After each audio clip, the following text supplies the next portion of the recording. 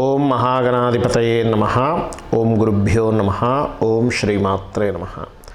పరమేశ్వర స్వరూపమైనటువంటి జ్యోతిష, వాస్తు మరియు ఇతర అనేకమైనటువంటి శాస్త్రములను మనకు అందించినటువంటి మహర్షులకి నమస్కారం. హయగ్రీవ హయగ్రీవ హయగ్రీవేతి యో వదేత్తస్య నిస్సరతే వాణి జహ్నుకన్యా ప్రవాహవత్. అరుణాం కరుణాతరంగితాక్షీం ధృతపాశాంకుశపుష్పబాణచాపాం అనిమాదిభిరావృతాం మయూకైః అహమిత్యేవ విభావయే భవానీం. శ్రీమాత్రే నమః. మనం ఈరోజు చెప్పుకోబోయేటువంటి టాపిక్ ఏమిటి అంటే, మే 2వ తేదీ నుంచి గురువు మారనున్నాడు. మరి మేలో మారితే ఇప్పటి నుంచి ఎందుకు చెప్తున్నారండి అంటే, ఇప్పుడు కూడా లాంగ్ టర్మ్ ప్లానెట్స్ అంటారు. అంటే లాంగ్ టర్మ్లో ఎక్కువ కాలం ఒక రాశిలో ఉంటాయి. అవి ఇంకో 2 నెలల్లో మారబోతుంది. కాబట్టి ఈ 2 నెలల తర్వాత మారబోతుంది. కాబట్టి ప్రతి గ్రహము కూడా, అంటే అందులో చిన్న గ్రహాలు అంటే షార్ట్ టర్మ్గా తిరిగేటువంటివి ఉంటాయి, ఎక్కువ కాలం ఒక్కొక్క రాశిలో ఉంటాయి. అందులో గురువు ఒకడు. అంటే గురుగ్రహం మనకి సంవత్సర కాలం, సంవత్సరం మీద ఇంకొన్ని రోజులు ఎక్కువే ఉంటాడు ఒక్కొక్క రాశిలోని. అదేవిధంగా శని 2.5 రోజులు, రాహువు కేతువు 1.5 సంవత్సరాలు ఉంటారు. వీటి ఇంపాక్ట్ కూడా మీ లైఫ్లో పెద్ద పెద్ద ఇన్సిడెంట్స్కి ఉంటుంది, పెద్ద పెద్ద నిర్ణయాలు తీసుకోవడానికి. అంటే ఎటువంటివి? వివాహం కావచ్చు, గృహ సంబంధించినటువంటి గృహము వాహనం తీసుకునేటువంటి విషయాలు కావచ్చు, విద్యా సంబంధించిన విషయాలకు కావచ్చు, అదేవిధంగా సంతాన సంబంధించిన విషయాలు కావచ్చు, ఇన్వెస్ట్మెంట్స్ రిలేటెడ్ సంబంధించిన విషయాలు కావచ్చు, ఆరోగ్య సంబంధించిన విషయాలు కావచ్చు. వీటన్నిటి మీద కూడా ఈ యొక్క ముఖ్యంగా ఈ గురుగ్రహం యొక్క ఇంపాక్ట్ అనేటువంటిది ఎక్కువగా ఉంటుంది, గుర్తుపెట్టుకోండి. అయితే ఇప్పుడు మనం ప్రతి లగ్నానికి చెప్పుకోబోతున్నాం. ఈ చెప్పుకోబోయేటువంటి అంశంలో ఒక విషయం మీరు ముఖ్యంగా గుర్తుపెట్టుకోండి. అదేమిటి అంటే, మీకు గనక మీ జన్మజాతకంలో విపరీత రాజయోగాలు, నీచభంగ రాజయోగాలు, మంచి ధనయోగాలు నడుస్తుంటే, ఈ గురువుకు సంబంధించిన దాంట్లో ఏదైనా నేను మీకు చిన్నపాటి మైనస్ ఉన్నట్టుగా చెప్పినట్లయితే కూడా మీరు దాన్ని ఏం పట్టించుకోవాల్సిన అవసరం లేదు, గుర్తుపెట్టుకోండి. ఓకే. కాకపోతే గురు సంబంధించినవి చెప్పినవన్నీ కూడా పాజిటివ్గానే వస్తాయి ఇక్కడ, అందులో ఎటువంటి సందేహం లేదు. సో మనం ఒక్కొక్క లగ్నరీత్యా, లగ్నం తెలియని వారి రాశి రీత్యా మనం తెలుసుకుందాం. మకర లగ్నము, మకర రాశి. మకరం వారికి గురుగ్రహం ఇచ్చేటువంటి రిజల్ట్స్లో ప్రధానంగా మీకు వ్యాపార లాభాలు ఖచ్చితంగా పెరుగుతాయి. చేసే ప్రతి పనిలోనే లాభం ఉంటుందండి, గుర్తుపెట్టుకోండి. అందులో ముఖ్యంగా భూమూలక లాభాలు కూడా ఇక్కడ గురువు ఇస్తాడు. మరియు ఈ 2వ స్థానంలో ఏలినాడు శని నడుస్తుందండి రాశిరీత్యా చూసుకుంటే. బట్ లగ్నరీత్యా మనం ఎవరు చూసుకోరు. బట్ 2వ స్థానంలో శని భగవానుడు ఉన్నాడు కదా, అంటే కొంచెం మనీ వచ్చే విషయంలో కొంచెం స్లో అవుతుంటుంది అంతే. కాకపోతే ఇక్కడ డబుల్ ట్రాన్సిట్ అంటారు. ఇక్కడ ఎందుకు అంటే, డబుల్ ట్రాన్సిట్ లాభస్థానాన్ని చూస్తుంది. ఎప్పుడైతే డబుల్ ట్రాన్సిట్ జరుగుతుందో ఖచ్చితంగా లాభాలు ఉంటాయి, అందులో ఎటువంటి సందేహం లేదు. మరి జాగ్రత్త ఏమిటి? కొన్ని విషయాలు అంటే ఎలాగా, అనాలోచితంగా చేసేటువంటి పనుల వల్ల కెరియర్ మీద దెబ్బ పడుతుంది. పంచమ స్థానం వ్యయాధిపతి, అంటే 12వ స్థానాధిపతి పంచమంలో ఉన్నాడు. 12 అంటే ఏమిటి? మర్చిపోవడము, వేస్టేజ్ సంబంధించినటువంటివి, అంటే అనవసరమైనటువంటి ఆలోచనలు చేయడం వల్ల మీ వృత్తికి, జాబ్ చేసేవారికి, నేను వ్యాపారం గురించి మాట్లాడట్లేదు, మీ వృత్తికి ఇబ్బంది వస్తుంది అని చెప్తుంది. అంటే ఒక్కోసారి చూడండి, జరిగిపోయిన అంశాన్ని కొంతమంది అదే విధంగా తలుచుకుంటూ చేయాల్సిన పని సరిగ్గా చేయరు, దానివల్ల అవ్వచ్చు. లేదా ప్రేమ వ్యవహారాల వల్ల కూడా మీ యొక్క వృత్తికి ఇబ్బంది ఉంటుంది. అంటే చిన్న ఉదాహరణ చెప్తాను. మొన్న ఒక జాతకుడు, అతనికి ఏదో ఇంటర్వ్యూ ఉంది. ఆ ఇంటర్వ్యూకి వెళ్తే అతను సక్సెస్ కూడా అయిపోతాడు. కానీ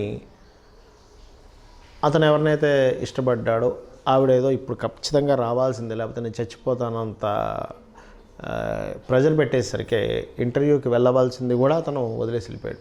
అతనికి కూడా ప్రేమ వ్యవహారాల మూలంగానే అతను ఉద్యోగ సంబంధించిన విషయంలో ఇబ్బంది అనేటువంటిది ఏర్పడింది. ఆ రోజు అతను వెళ్ళలేదు. దాదాపుగా 6 months వరకు అతనికి ఉద్యోగం రాలే. అంటే ఎక్కడ ప్రయత్నిస్తున్నా అవ్వట్లేదు ఇంకా. దాని తర్వాత అంటే ఏమిటి, పర్టికులర్గా కొన్ని విషయాల్లోకి ఎంటర్ అవ్వకూడదు. కొన్ని మహాదశలు, కొన్ని అంతర్దశలు నడిచేటప్పుడు ఆ రకంగా చూసుకోవాలి. ఇంకోటి ఏంటి, వీరికి కొంచెం క్రియేటివ్ రిలేటెడ్ సంబంధించినటువంటివి ఏదైనా వృత్తులు చేసేటప్పుడు కొంచెం జాగ్రత్తగా ఉండాలి. ఉద్యోగాలు మార్పులకు సంబంధించిన విషయంలో, ఉద్యోగాలకి వదిలేసే విషయంలో తొందరపాటు పడి వదిలేయడాలు కూడా చేస్తుంటారు తెలియక. బట్ వ్యాపారాల్లో అద్భుతంగా ఉంటుంది, చేసే ప్రతి పని కూడా కొంచెం సక్సెస్ఫుల్గా ఉంటుంది. నిర్ణయం మాత్రం 1కి 4 సార్లు జాగ్రత్తగా చూసుకొని నిర్ణయం తీసుకోండి, ఇది ముఖ్యంగా గుర్తుపెట్టుకోండి. ఇక మీరు చేయవలసిన దేవతారాధన, ధ్యానంలో కూర్చొని కాస్త గురుగ్రహాన్ని బృహస్పతి మంత్రం చదువుకోవచ్చు. ఓం బృహస్పతి దేవతాయే నమః అనుకోవచ్చు.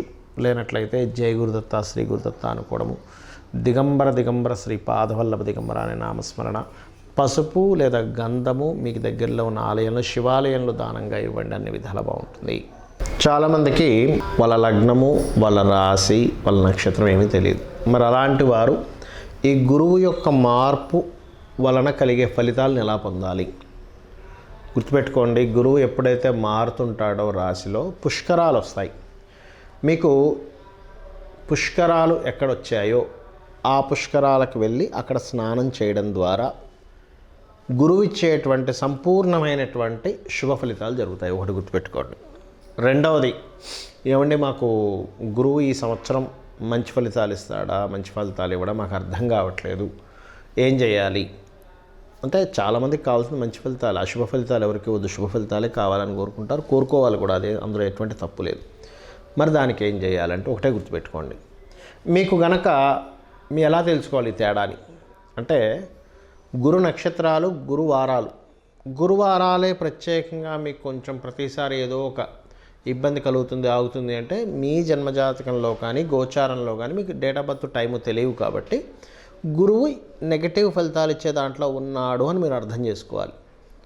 గురు నక్షత్రాలు అని చెప్పాను, ఏమిటవి? పునర్వసు, విశాఖ మరియు పూర్వభాద్ర. ఈ నక్షత్రాల్లో కూడా మీకు ఏదైనా ఒక పని అవ్వాల్సింది ఆగిపోయింది. అంత దూరం ప్రయాణం చేసి వెళ్ళామండి, అవ్వలేదండి, తీరా దగ్గరికి వెళ్ళాక ఆయన మళ్ళీ రేపు రమ్మన్నాడు, లేనట్లయితే ఇంకా రకరకాలు చెప్తూ ఉంటాం, వేస్ట్ అయిపోయింది, ఇవాళ ఏదో బిజినెస్ సాగుతుంది కూడా సాగలేదు. ఇవన్నీ గురు నక్షత్రాల్లో గురువారాల్లో జరుగుతున్నాయి అంటే మే మాసం నుంచి మారిన గురువు మీకు అనుగ్రహాన్ని అందించలేకపోతున్నాడు. అప్పుడు మరి ఏం చేయాలి అంటే సింపుల్గా ఒకటే గుర్తుపెట్టుకోండి. దక్షిణామూర్తి స్తోత్రం కానీ, లేనట్లయితే తారాదేవి యొక్క అష్టోత్తరం చదువుకోవడం కానీ, జయ గురుదత్త శ్రీ గురుదత్త అనే నామస్మరణ కానీ, దిగంబర శ్రీ పాదవల్లభ దిగంబర అనేటువంటి నామస్మరణ చేసినా కూడా గురువు యొక్క అనుగ్రహం పరిపూర్ణంగా కలుగుతుంది. లేదండి, మీకు దగ్గరలో మీకు విద్య నేర్పినటువంటి గురువులు ఉంటారు, వాళ్ళకి ఏదైనా వస్త్రదానం ఇచ్చి వాళ్ళకి కాళ్ళకి నమస్కరించుకోవడం, లేదా ఎక్కడో ఉంటానండి, నేను అమెరికాలో ఉంటాను, మా గురువుగారు ఏమో ఇండియాలో ఉంటారు, మాకు తెలియదు అంటే, మాకు తెలియదు అంటే ఇన్ సెన్స్ మేము కలవలేము, పరిస్థితి, ఆయన ఎక్కడున్నాడో కూడా తెలియదు. ఇప్పుడు ఒకప్పుడు మాకు నేర్పించారు కానీ ఇప్పుడు ఆయన ఎక్కడున్నాడో ఆయన డేటా, ఆయన ఫోన్ నెంబర్ కానీ ఆయన విషయాలు మాకు తెలియకుండా అయిపోయాయి అనుకుంటే, కనీసం అతను స్మరించుకొని అతని పాదాలకు నమస్కరించుకున్నా కూడా గురువు యొక్క అనుగ్రహం పెరుగుతుంది. ఇది గుర్తుపెట్టుకోండి. అదేవిధంగా గురువారాలు మీకు ఎఫెక్ట్ ఎక్కువగా వస్తుందంటే గురువారాలు ఉపవాసం ఉండండి, గురువారాలు దానం చెయ్యండి. ఎటువంటి దానాలు ఇవ్వాలి? శనగలు, పసుపు రంగు వస్త్రము దానంగా ఇవ్వండి. అదేవిధంగా గురువారాల పూట గోవులకి అరటికాయలు తినిపించండి. పసుపు, గంధము లాంటి పదార్థాలని మీరు దానంగా ఇవ్వండి ఆలయాల్లో. అదేవిధంగా పసుపు వర్ణము కలిగినటువంటి పుష్పాలతో దక్షిణామూర్తిని సేవించండి. ఇవన్నీ కూడా ఏం చేస్తాయంటే గురుగ్రహ సంబంధించినటువంటి ఏవైతే మీకు నెగటివ్గా ఎఫెక్ట్స్ వస్తున్నాయో అవన్నీ తగ్గిస్తుంది. అలా అని చాలామంది తెలియక ఏం చేస్తారంటే, ఏమంటే నాకు గురువు బాలేడు అందుకే నేను కనకపుష్యరాగం పెట్టేసుకున్నాను అంటాడు. అలా పొరపాటును కూడా చెయ్యకూడదు. ఎందుకంటే చెప్తాను చూడండి. మీ దగ్గర కొన్ని కూరగాయలు ఉన్నాయనుకుందాం, వంకాయలు ఉన్నాయనుకుందాం, అంటే చిన్న ఎగ్జాంపుల్ కోసం. అందులో పుచ్చిపోయినవి, పాడైపోయినవి ఉంటాయి, బాగున్నవి ఉంటాయి. ఇప్పుడు మీరు పుచ్చిపోయినవి వండుకొని తింటారా, బాగున్నవి తింటారా? బాగున్నవే తింటాం. ఎందుకంటే పుచ్చిపోయినవి ఎందుకు తినము అంటే, అమ్మ పుచ్చిపోయినవి ఎలా తింటామంటే కడుపులోకి వెళ్తుంది, ఇబ్బంది కదా అని కదా. మరి గురువు మీకు పాడు చేస్తున్నప్పుడు గురువారాలు ఉపవాసం ఉండాలి, అంటే వదిలేయాలి కొన్నిటిని. గురువుకు సంబంధించినటువంటి దానాలు ఇవ్వాలి.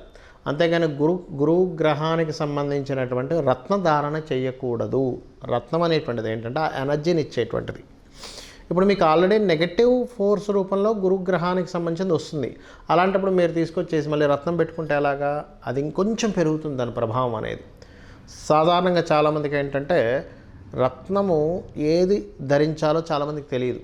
మాకు ఈ ఫలానా మహాదశ నడుస్తుంది, శనిదశ నడుస్తుంది, నీలం పెట్టేసుకున్నాను, గురుదశ నడుస్తుంది, కనకపుష్యరాగం పెట్టేసుకున్నానండి, చంద్రదశ నడుస్తుంది, ముత్యం పెట్టేసుకున్నానండి అంటారు. అది పూర్తిగా తప్పు, గుర్తుపెట్టుకోండి.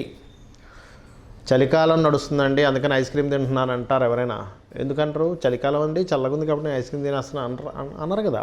ఎందుకంటారు అంటే మీకు ఏది యోగ్యవంతంగా ఉంది, మీ ప్లానెట్స్లో ఏది యోగ్యవంతంగా ఉంది దానికి సంబంధించిన రత్నం పెట్టుకోవాలి. కొంతమందికి దురదృష్టవశాత్తు ఏ ప్లానెట్ యోగ్యవంతంగా ఉండదు, చాలా రేర్ కేసెస్, కోర్టులో ఒకటి ఉంటుంది, వాళ్ళు రత్నం అసలు పెట్టుకోకూడదు, గుర్తుపెట్టుకోండి. అలాంటి వాళ్ళు మీకు యోగ్యవంతంగా ఉండేటువంటి గ్రహం ఏదైతే ఉందో, ఇప్పుడు నడుస్తున్న మహాదశ ఏదైతే ఉందో తత్సంబంధించినటువంటి రూపు ఉన్నటువంటిది వేసుకోండి మెడలో, లేదా రుద్రాక్ష వేసుకోండి. రుద్రాక్షకి నో సైడ్ ఎఫెక్ట్స్.